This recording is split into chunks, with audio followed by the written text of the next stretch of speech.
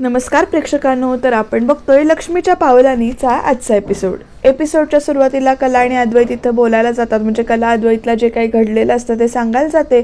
तर अद्वैत तिला लांब करतोय की तू लांब राहा म्हणून. आधीच मिसअंडरस्टँडिंग होत आहेत, फार मोठा गैरसमज होत आहेत, तर तू तसं नाही, मला तुझ्याशी वेगळ्या विषयावरती बोलायचं, ऐक ना, असं वगैरे इथं ती सांगायचा प्रयत्न करत असते. पण आता रोहिणी त्यांच्यामध्ये येते आणि म्हणते की अरे तुझीच बायको आहे आत्या, अगं मी काय तीच, मला 1 मिनिट बोलू द्या ना रोहिणी मॅम, 1 मिनिट थांब, तुला वेगळं सांगावं लागेल का? थांब ग, आपल्या घरातलं ना हे लव्ह बर्ड्स आहेत ना, अगदी एकमेकांपासून जरा लांब नाही राहू शकत, तू चल, तू ये इकडे, असं म्हणत आता कलाला ओढून घेऊन जाते. आणि मग अद्वैत तिथेच उभा राहतो, कारण रोहिणीला माहिती असतं की कला आता या अद्वैतला सांगणार. तोपर्यंत आता नैना येताना दिसते आणि सरोजचं या सगळ्यांकडे बारीक लक्ष आहे बरं का. तिच्या मनात काय चाललंय ते कळत नाही, पण ती सगळ्यावर बारीक लक्ष ठेवून आहे. नैना खाली आल्यावर आबाजी वगैरे सगळे खुश होतात इथे. नैना हळूहळू उतरते आणि रोहिणी नैनाकडे बघते आणि एकदा कलाकडे बघते. आता पुढे काय होणार प्रेक्षकांनो, इंटरेस्टिंग आहे बरं का. कारण आता इथे नैनाच्या मनात विचार चाललो, इकडे रोहिणी मॉम आणि इकडे अद्वैत. कलाने येऊन सगळ्यांना सगळं सांगितलं की काय, असा तिच्या मनात विचार चालू आहे. तर रोहिणी एक प्रकारे नैनाचे हावभाव जे काही आहे ते इथे निरीक्षण करते. आता नैना इथे म्हणते की सगळे असे का बघतायत माझ्याकडे, या कलाने कुणाकुणाला नेमकं काय काय सांगितलंय नक्की, असा प्रश्न आता इथे नैनाला पडलाय. आणि मग आता त्याच्यानंतर रोहिणी एकदम विचारते, नैना तुझं पोट, असं म्हटल्यानंतर प्रत्येकजण तिच्याकडे बघायला लागतात रोहिणीकडे. ना तेवढ्यात आपल्या पोटाला इथे हात लावते आणि मग त्याच्यानंतर रोहिणी ते म्हणते, अगं एवढे घाबरतेस काय, माझं पोट काय, अगं एवढी घाबरू नकोस, पोट बरं आहे ना तुझं, एवढंच विचारायचं आहे मला, असं म्हणून ते म्हणतात. मग नैना हो म्हणते आणि मग त्याच्यानंतर इकडेच बरं सगळे वाट बघताय तुझी, चल या, असं म्हणून नाही ते रोहिणी नैनाला घेऊन परत त्या खुर्चीवर इथे बसवते. राहुलची रिॲक्शन बघा कशी आहे, राहुल सगळं बघत बसल्यात.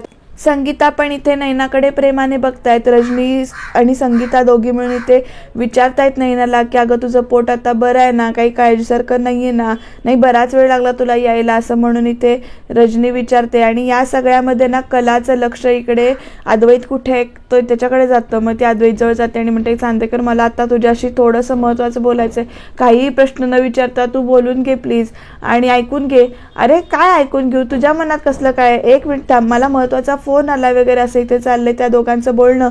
आणि इकडे अद्वैत आणि कलाला बोलताना बघून नैनाला तिकडे मात्र टेन्शन आलंय बरं का. समोरच बसलेत पण इकडे अद्वैतचं काही ऐकूनच, म्हणजे अद्वैत नाही इकडे कलाचं काहीच ऐकून घेत नाही, त्याला कामाचा फोन येतोय त्यामुळे तो इथे निघून जातोय, अहो कशाला काय, असं म्हणून. आणि आता त्याच्यानंतर इकडे तो अद्वैत निघून गेल्यानंतर नैनाच्या मनात इथे विचार चालला, आता ही कला नेमकं कसं सांगेल किंवा काय होईल पुढे. संगीता नैनीला आता हाक मारतात, नैने काय ग, अगं तू म्हणजे कमरपट्टा कुठं आहे तुझा, असं म्हणून विचारतात.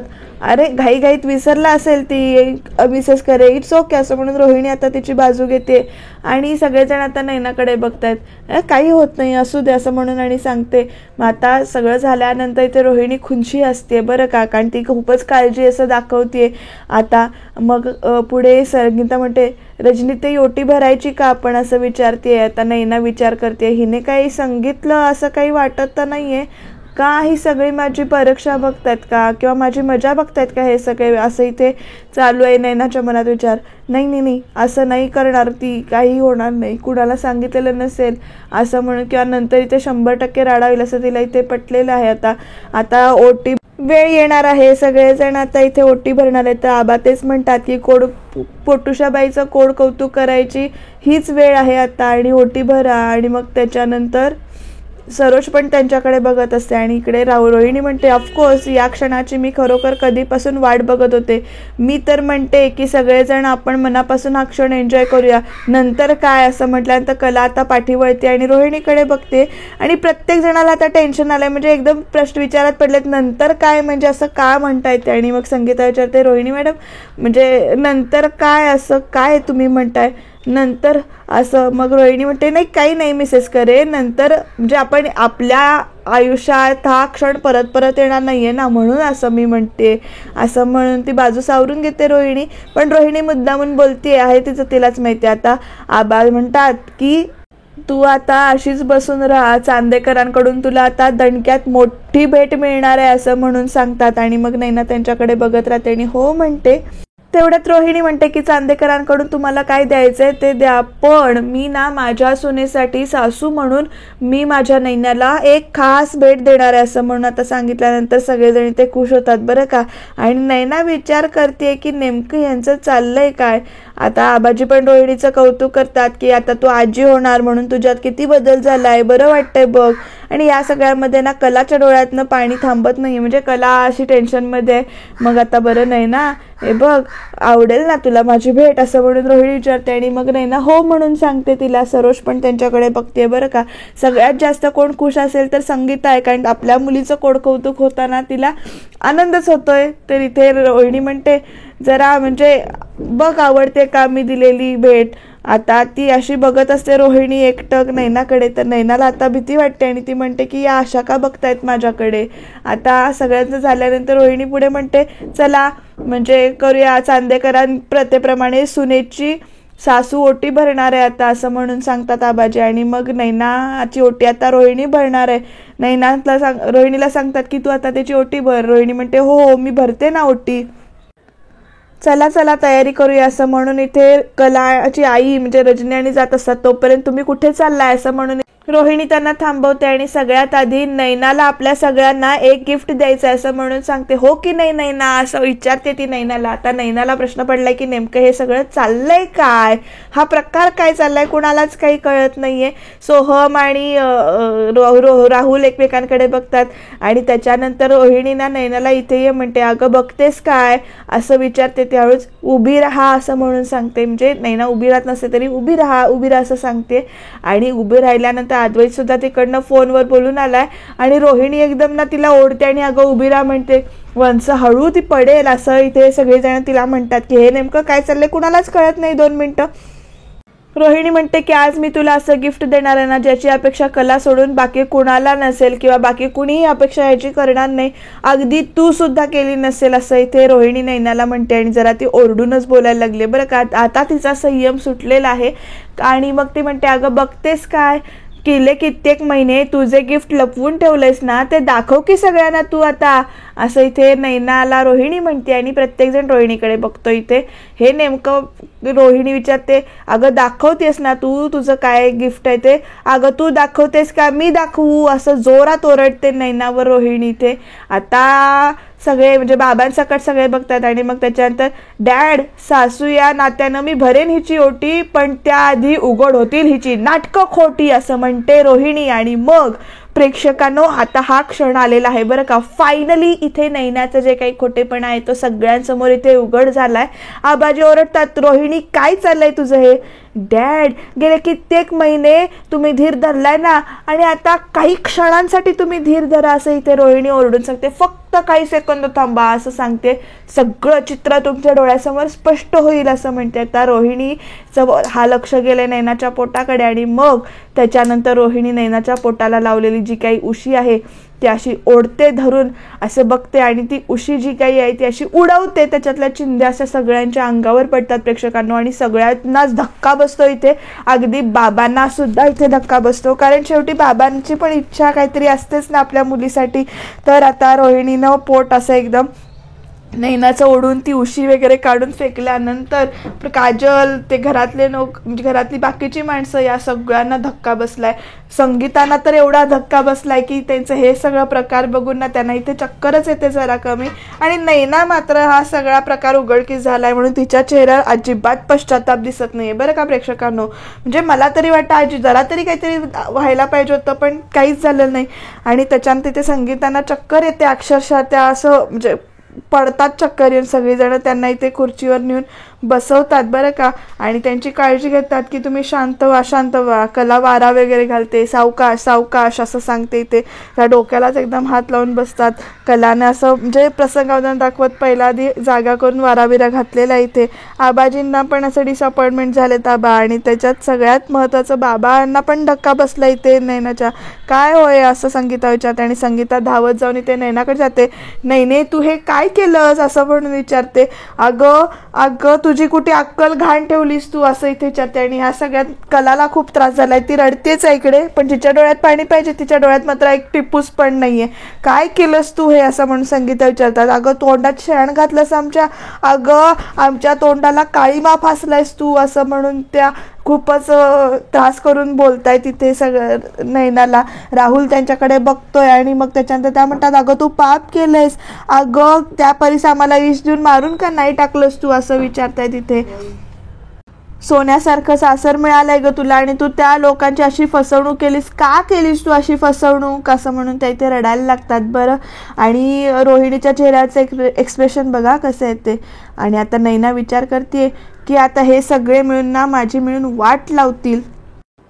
तेवढ्यात बाबा इथे येतात तिच्याजवळ आणि म्हणतात, आधीच तुला इथे जादा अक्कल होती आणि तू आता त्या अक्कलेचा म्हणजे अशी वापर करतेस आणि तू असं का केलंस, असं म्हणून बाबा पण इथे बोलतात. बरं काही ते नैनाला असं वागताना जरा तरी तुला आईबाबाची आठवण किंवा आईबाबाचा चेहरा डोळ्यासमोर आला नाही का तुझ्या, असं इथे बाबा विचारतात इथे. आणि अगं असली खोटारडी पोर आपण जन्माला घातली, या आधी कळलं असतं ना तर जन्माला आली तेव्हाच नखला मारलं असतं गळ्याला हिच्या, असं म्हणून आई बोलतात. आणि इथे कला खूपच रडतीये. प्रेक्षकांना कलाला त्रास होतोय. काजल पण तिच्याकडे म्हणजे अशी बघतीये. आणि त्याच्यानंतर इथे रजनी येते त्यांच्याजवळ आणि वहिनी सांभाळा स्वतःला, असं म्हणते. इथे रोहिणी या सगळ्यांचं नाटक जे काही चाललंय म्हणजे जे काही बोलणं चाललंय ते बघते. आता रजनी पुढे म्हणते की अहो वहिनी, हिचं पोट, हिच्या हालचाली, हिची प्रेग्नन्सीतली सगळी जी काही म्हणजे ती वागत होती या सगळ्या, ती म्हणजे मला खरंच खूप वेगळं वाटत होतं, असं इथे रजनी येऊन सांगते. आणि असं झाल्यानंतर हिने जेव्हा पेन किलर्स ऑर्डर केली ना तेव्हा मला खरंच म्हणजे मला काहीच कळेन असं झालं होतं मला. पण हिने काहीच पत्ता लागू दिला नाही आणि कशी हलगर्जीपणाने वागत होती माहितीये ना तुम्हाला, असं इथे रजनी परत विचारते. सरोज पण अशी बघत राहिले सगळ्यांकडे. अगं नाही ना, का केलंस, कशासाठी एवढं नाटक का केलंस, असं रजनी ते विचारते. हे सगळं करताना तुला आईबाबांचा चेहरा आठवला नाही का ग, असं म्हटल्यानंतर इकडे सरोज म्हणजे संगीता खूपच रडायला लागतात. अगदी धायमुकलून रडताय तिथे. आता म्हणजे नैना म्हणते की या सगळ्या गोष्टी आता बोलायला परत सुरुवात करतील, आणखी वाट लावतील माझी, असं हिच्या मनात इथे चाललंय. माफ करा आमासनी, माफ करा आमासनी, आमची चूक झाली, असं म्हणते. आई आणि बाबा रडायला लागतात. ते संगीता रडायला लागते खूपच. सावकाश असं म्हणत त्यांना इथे पाठीमागे परत बसवलं जातं. काजलला पण इथे धक्का बसलाय. ती सुद्धा अशी बघतीये नैना ताईचं हे वेगळंच रूप, म्हणजे ही अशी वागली, असं वागेल असं तिलाही वाटलं नव्हतं. नैना अगं तुझं काय चाललंय, मला बी अशी कधी शंका नाही आली की आमची घरातली सून असं वागू शकेल, असं इथे आबाजी बोलतात. चांदेकरांची सून म्हणजे आमच्या या घरात राहून समद्या घरच्यांची अशी विकृत फसवणूक करेल असं वाटलं नव्हतं, शी, असं ते म्हणतात इथे पुढे आबाजी. आणि नंतर म्हणतात सून म्हणजे लक्ष्मीचं रूप असतं, म्हणजे आम्ही चांदेकर असं मानतो की सून ही आमची घरची लक्ष्मी असते आणि तू असं का केलंस, तुलस का करून ठेवलेस तू, समद्या आनंदावर गोळा फिरवलास तू, इथे विरजण घातलंस तू समद्या आनंदावर, असं आबाजी ते विचारतात. आणि मग त्याच्यात असं तिरपं डोकं चालतं तरी तुझं कसं, इतकं समजून घेणारं सासर मिळालं तुला आणि तू, असं म्हणून संगीता परत इथे तिच्या नैनाच्या अंगावर धावून जातात. पण बाकी सगळे अडवतात तिला. आणि आता खरी वेळ आली आहे सरोजची. सरोज म्हणते, अरे बास करा तुमचा हा बेगडी तमाशा, असं म्हणून ती बोलायला चालू करते इथे. असं म्हटल्यानंतर आता प्रत्येक जण इथे बघतात. आणि काय नाटकं लावली तुम्ही, हा सगळा पोरखेल वाटला तुला, असं म्हणून नैनाला त्या पुढे बोलतात. बाबांचं म्हणजे चेहरा असं मान खाली गेले शर्मेनं. मग चांदेकरांना तुम्ही समजता काय, कोणी यावं आणि चांदेकरांना फसवून जावं, असं इथे त्या सरोज इथे ओरडायला चालू करते. आता निर्लज्ज तू आहेसच ग, पण आज तू खोटी प्रेग्नन्सी दाखवून की तू किती खालच्या पातळीला जाऊ शकतेस ना, हे तू पुन्हा एकदा सिद्ध केलंयस, असं म्हणून त्या इथे नैनाला बोलतात. आणि आता प्रेक्षकांनो सगळे असे एकदम म्हणजे रागात पण आहेत, धक्क्यात पण आहेत. आणि काय समजता तुम्ही चांदेकरांना, असं विचारतात त्या. आज या प्रत्येक घरातल्या प्रत्येक माणसाचा तू विश्वासघात केलायस, असं सरोज इथे बोलते. आता आपली बाजू मांडायलाच हवी ना, म्हणून राहुल आला इथे पुढे. तो म्हणतोय, बरोबर बोलतेस तू मामी, असं म्हटल्यानंतर मामी आता राहुलकडे बघतीये बरं का. आणि नैना पण राहुलकडे इथे बघतीये. तर राहुल काय काय बोलतोय बघा, ही बाई, असं म्हटल्यानंतर प्रत्येक जण आता नैनाकडे आणि राहुलकडे बघतोय. खरं तर हिच्याकडे बघायची इच्छा नाही करत आहे माझी, पण ही बाई जिला माझी बायको म्हणतो तिने मला फसवून माझ्या सगळ्या म्हणजे माझी सगळी स्वप्न अशी पायदळी तुडवली आहेत असं म्हणतो इथे बोलतो. आता पुढे म्हणतो की माझ्या स्वप्नांच्या खऱ्या अर्थाने हिने चिंध्या केल्यात, हिने या बाईने. या चिंध्यांकडे बोट दाखवून तो म्हणतो इथे, नाही म्हणजे तू हे सगळं का केलंस, कशासाठी केलंस, तुला हे करून काय मिळालं, तू का, हे असले प्रश्न मी विचारणार नाही आणि कुणीही विचारायचे नाहीत हा. आणि या सगळ्यांची प्रश्न मिळाल्यावर ना त्रास फक्त मलाच होणार आहे. आता तो हे किती काळजीनं बोलतोय का नाटकी बोलतोय हे काय आपल्याला कळत नाहीये. रजनी सुद्धा त्याच्याकडे बघत उभी राहिली आणि मग त्याच्यानंतर तो म्हणतो, आबा या सगळ्या घरात या सगळ्या प्रकारात ना सगळ्यात जास्त फसवणूक आहे ना ती माझी झाली आहे, माझी. मला फसवून या बाईने माझ्याशी लग्न केलं, मला बाबा होण्याचं हिने स्वप्न दाखवलं. काय काय वाटलं होतं मला की मी बाबा होईन, मी माझ्या मुलीला शाळेत घेऊन जाईन, तिला मोबाईलवर गेम खेळायला शिकवेन, पण सगळं काही हिने हिरावून घेतलं हिने माझ्याकडून. मोबाईलवर गेम खेळायचं पण शिकवणार आहे बरं, हा बघा पुढे. तर असो मजेचा भाग सोडून द्या. पण राहुल म्हणतो की माझ्याशी लग्न करण्यासाठी प्रेग्नन्सीचं खोटं तिकीट दाखवून ही या घरात घुसली, ही नालायक बाई असं तो इथे बोलतोय पुढे. आणि आता असं सगळं झाल्यानंतर अरे ही काय आई होणार आहे, साधी माणूस व्हायच्या लायकीची नाहीये ही, असं डायरेक्ट तो बोलतो इथे नैनाला. आणि आता प्रत्येक जण त्याच्याकडे बघतायत. तर अद्वैत म्हणतो की राहुल शांत हो, ही आधी सुद्धा असंच वागलीये, याआधी तिने मला फसवलं, आजपर्यंत तिने म्हणजे आपल्या कुटुंबाची तिने कायम फसवणूकच केलेली आहे, काही बोलण्यात अर्थ नाहीये तिच्याशी, अजून किती फसवणूक करणार आहेस तू आमची, असं इथे अद्वैत विचारतो बरं का. आणि कधी नव्हे ते अद्वैत बोललाय, काय मिळालं तुला हे सगळं करून, कुणी दिला तुला हा अधिकार, आधी माझी फसवणूक केलीस, आता लग्नाच्या वेळेला राहुल बरोबर या पळून गेलीस तू, मी या सगळ्यातून सावरलंही नव्हतो तरी सुद्धा मी तुम्हा दोघांचं लग्न लावून दिलं, असं पुढे आणि म्हणतो तो. आणि आज माझा भाऊ तुला जीवापड जपतोय, तुझ्यावर मनापासून प्रेम करतोय, तू त्यालाच फसवायला निघालीस, ते त्यालाच फसवलंस तू, का केलंस, प्रत्येक वेळीस आमच्या कुटुंबातल्या लोकांची फसवणूक करायची गरजच काय आहे, असं इथे विचारतो अद्वैत. तू खूप स्वतःला खूप ग्रेट समजतेस का स्वतःला, असं म्हटल्यानंतर राहुल पुढे म्हणतो, दादा अरे ही बाई ग्रेट आहेच, ही बाई ग्रेट आहेच दादा, अरे एका खोलीत राहून या म्हणजे आपल्या नवऱ्याला फसवलं हिने, म्हणजे बघ बाई ही किती ग्रेट आहे. आणि आता नैना हे सगळं ऐकल्यानंतर गप्प कशाला बसेल, म्हणजे तिला गप्प बसावं पण ती गप्प बसलेली नाहीये. आणि राहुल तू असं म्हणून ती पुढे इथे राहुललाच काहीतरी बोलायला जाते.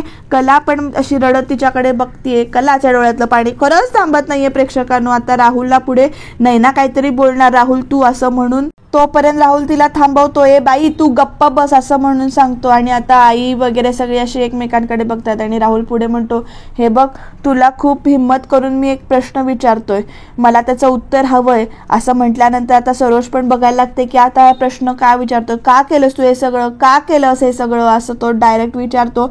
आणि नैनाच्या डोळ्यात आता पाणी येते बरं का, हळूहळू बोल ना तू गप्प काय, तू का केलंस असं सगळं. आणि मग सोहम त्याला सावरतो राहुलला, राहुल इथे मागे घेऊन जातो तो, आणि जे साहजिकच आहे.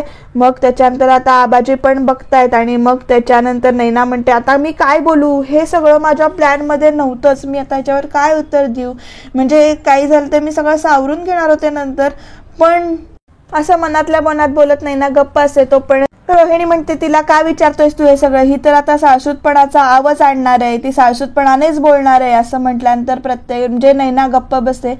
नैना तुला खूप प्रेम, तुला या घरातल्यांनी खूप लाड केले तुझे, तू त्याची ही सगळी परतफेड अशी केली आहेस का ग तू, असं म्हणून ते रोहिणी विचारते.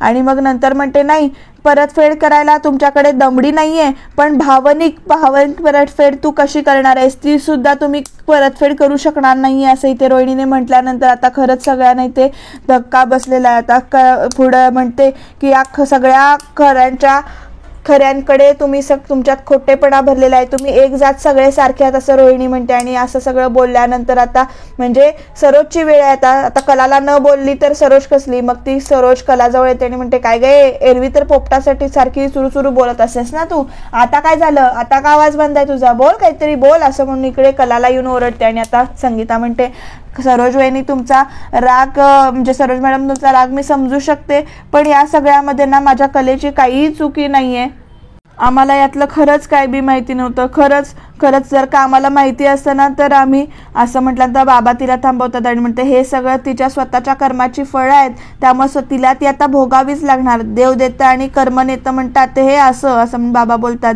तिच्या कर्माची फळं तिला भोगू देत असं आता बाबांनी सांगितल्यानंतर अद्वैत वगैरे पण सगळे आता बघायला लागतात. आता नैनाच्या मनात परत विचार बघा कसे येत आहेत. नैना म्हणते की ही सगळी लोक ना आता खरंच खूप पसरत आहेत. हे सगळे एकत्र लावून माझी वाट लावायची ना, मी वाट लावायच्या आधी ना मी वेळीच काहीतरी बोललं पाहिजे असं तिच्या मनात विचार चाललाय. आणि आता नैनाने आपलं व्हिक्टिम कार्ड खेळलेलं आहे. ती एकदम ओरडते थांबा असं म्हटल्यानंतर आता सगळेजण नैनाकडे बघायला लागतात.